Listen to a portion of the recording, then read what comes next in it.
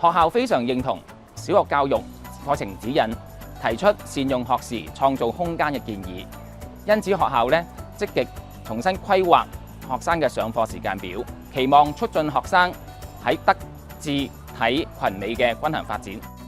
喺今個學年，我哋喺時間表裏邊有以下嘅一啲安排。第一我哋將其中一個小息加長去到25分鐘。第二我哋喺每一日最後嘅一節嘅導修課之前，設一個短嘅班主任課。第三我哋亦都重新分配過各個學習領域嘅課時，騰出更加多嘅時間讓學生參與同 STEM 相關嘅活動。喺復常全日制底下我哋覺得學生喺社交同埋身心健康方面都有需要加強，所以我哋就將其中一個小息加長去到25分鐘，等學生之間有多啲時間可以相處啦，進行唔同嘅遊戲或者體育活動。喜歡同小息，因為可以玩好多活動。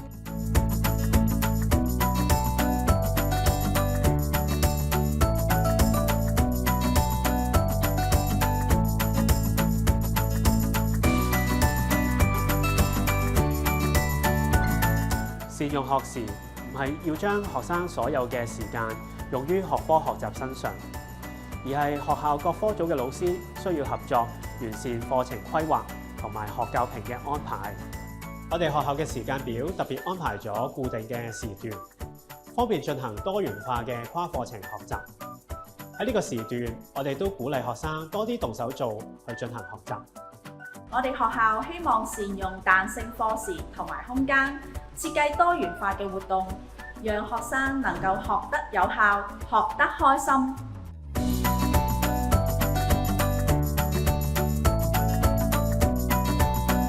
學生嘅學習經歷並唔局限喺課堂或者校內嘅時間，學校需要透過整體嘅課程規劃，有效善用學時。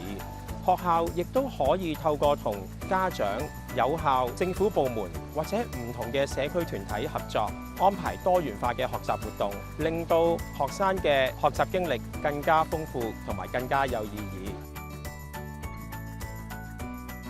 我中意導修堂，因為當我去有啲唔識功課嘅時候，就可以即時問老師啦。老師佢都會好細心咁向我解釋，而且我班裡面嘅同學都好似我一樣，好專心咁去努力做好大部分嘅功課。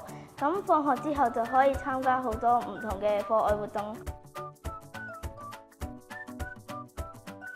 要鼓勵學生善用週末同埋學校假期，學習自己管理時間，建立健康嘅生活模式。家校合作都係非常重要㗎。係啊，我哋家長都好認同課業係要重質不重量嘅。好感謝老師設計咗一啲趣味性同埋鼓勵創意思考嘅學習任務，令到學生可以喺週末同埋假期嘅時間都能夠保持學習嘅動力，又可以享受佢哋嘅假期嘅時間。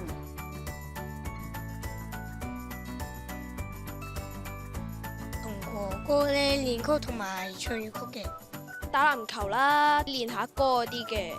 睇書啊，或者同妹妹玩下啲積木啊之類啦。中意同阿哥哥去公園玩捉伊人，去練習跳舞。我就係中意玩呼啦圈。我會參加田徑，同婆婆一齊睇圖書同玩棋。我放學後都會去跳繩。